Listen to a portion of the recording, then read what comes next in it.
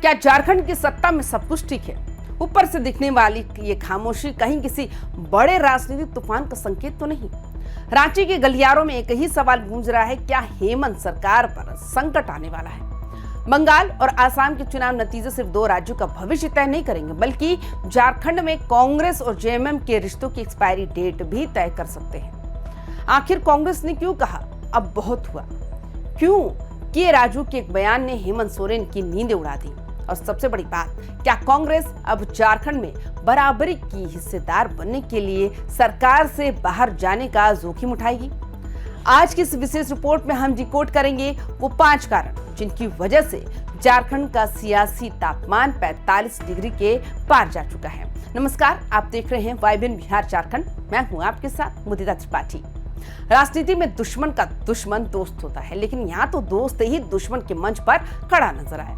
पश्चिम बंगाल के चुनाव में मुख्यमंत्री हेमंत सोरेन का ममता दीदी के लिए प्रचार करना कांग्रेस को बिल्कुल रास नहीं आया। आखिर आए भी कैसे?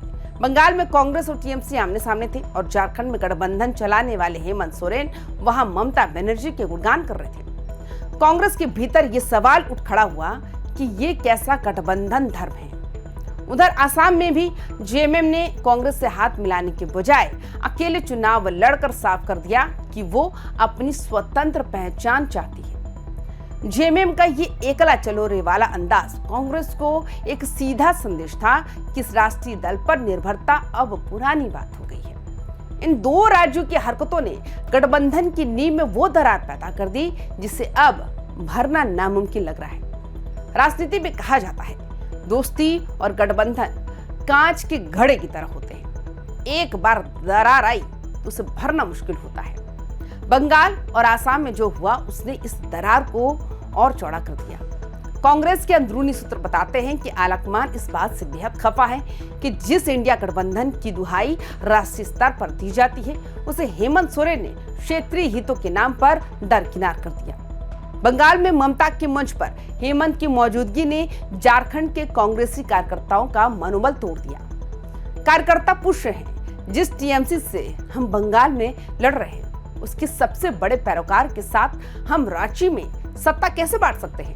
यह सिर्फ राजनीति नहीं बल्कि साख की लड़ाई बन गई है झारखंड में। खींचतान सिर्फ बयानों तक सीमित नहीं है, बल्कि ये लड़ाई अब सम्मान और पद की हो चुकी है। राज्यसभा की सीट को लेकर मची तनातनी ने इसे प्रतिष्ठा की जंग बना दिया।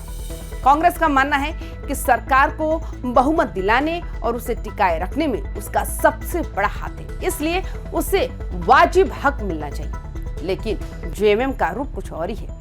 सत्ता की बागडोर हाथ में होने की वजह से जेएमएम निर्णायक फैसलों पर अपना कंट्रोल छोड़ने को तैयार ही नहीं। कांग्रेस के गलियारों में अब ये चर्चा आम है कि सरकार की सारी योजनाओं और विकास का क्रेडिट तो जेएमएम ले जाती है, जबकि कांग्रेस के हिस्से में सिर्फ मौन समर्थन आता है।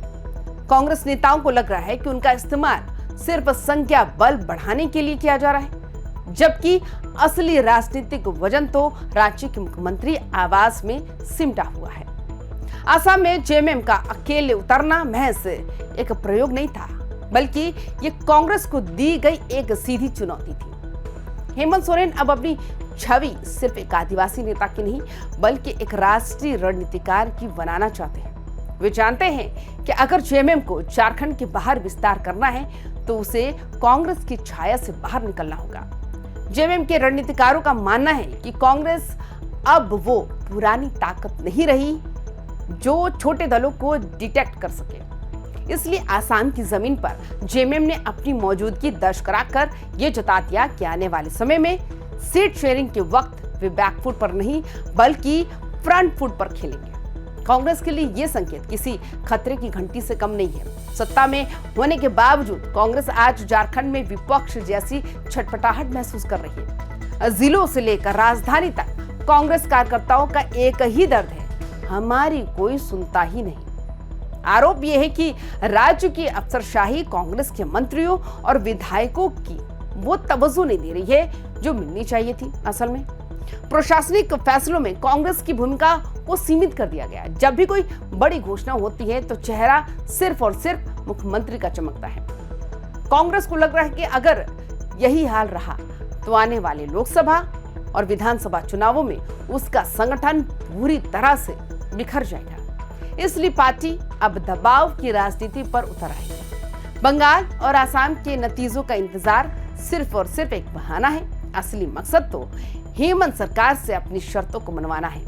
झारखंड सरकार के कामकाज के तरीके पर गौर करें तो साफ दिखता है यहाँ दो पावर सेंटर बन गए हैं। एक तरफ मुख्यमंत्री कार्यालय सीएमओ है, जहां से सारे बड़े फैसले होते हैं, और दूसरी तरफ कांग्रेस के मंत्री हैं जो अक्सर खुद को असहाय महसूस करते हैं। चर्चा तो यहां तक है कि कई महत्वपूर्ण फाइलों पर कांग्रेस के मंत्रियों की राय तक नहीं ली जाती है। ट्रांसफर पोस्टिंग से लेकर नई योजनाओं के शिलान्यास तक कांग्रेस को सिर्फ और सिर्फ अतिथि के रूप में बुलाया जाता है। यही वजह है कि कांग्रेस अब कोऑर्डिनेशन कमेटी बनाने पर जोर दे रही है। वे चाहते हैं कि सरकार चलाने का एक साझा एजेंडा हो, न कि सिर्फ एक व्यक्ति का विजन। बंगाल आसाम के नतीजे कांग्रेस को वो नैतिक बल देंगे वे मेज ठोककर अपना हक मांग सके। अब सवाल ये है, नतीजों की बात क्या होगा? क्या कांग्रेस गठबंधन तोड़ देगी? जानकार कहते हैं कि फिलहाल सरकार गिरने का खतरा तो नहीं है, लेकिन राजनीति अस्थिरता जरूर बढ़ेगी। अगर बंगाल और आसाम में कांग्रेस का प्रदर्शन सुधरता है तो वो झारखंड में बड़े भाई की भूमिका में लौटने की कोशिश कर सकती है। बोर्ड निगमों में पद, कैबिनेट विस्तार और फैसलों में बराबरी की हिस्सेदारी, ये वो मांगे हैं जिन्हें लेकर कांग्रेस अब झुकने वाली नहीं। वही जेएमएम भी अपनी क्षेत्रीय पकड़ को कमजोर नहीं होने देना चाहती। 4 मई के बाद झारखंड की राजनीति में बयानबाजी के गोले और तेज चलने वाले हैं। ये चुनाव नतीजे तय करेंगे कि हेमंत सोरेन अपनी सरकार को सुरक्षित रखने के लिए कांग्रेस की कितनी शर्त मानते हैं, या फिर झारखंड एक नए सियासी ड्रामे का गवाह बनेगा। अब सवाल ये है, नतीजों के बाद ऊंट किस करवट बैठेगा? राजनीतिक गलियारों में 3 रास्तों की चर्चा है। पहला, कांग्रेस अपने मंत्रियों को वापस बुलाकर बाहर से समर्थन देने का दबाव बनाए। दूसरा, बोर्ड और निगमों में भारी हिस्सेदारी लेकर फिलहाल समझौता कर ले। और तीसरा, एक नए गठबंधन की संभावनाओं को टटोला जाए। लेकिन सबसे ज्यादा संभावना दबाव की राजनीति की है।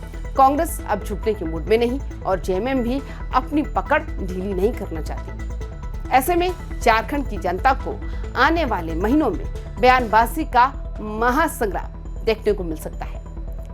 हेमंत सरकार के लिए ये अग्नि परीक्षा है। उन्हें न सिर्फ विपक्ष से लड़ना है, बल्कि अपने ही घर में लगी इस सुलगती आग को भी बुझाना है।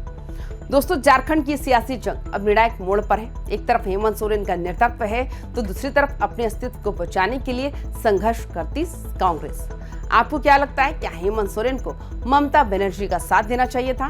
क्या कांग्रेस को झारखंड में वाकई उपेक्षित किया जा रहा है? अपनी राय कमेंट बॉक्स में जरूर बताएं। झारखंड की राजनीति के हर छोटे बड़े अपडेट के लिए देखते रहिए वाइबिन बिहार झारखंड। चैनल को सब्सक्राइब करें और इस खबर को ज्यादा से ज्यादा शेयर करें। सतर्क रहें, जागरूक रहें।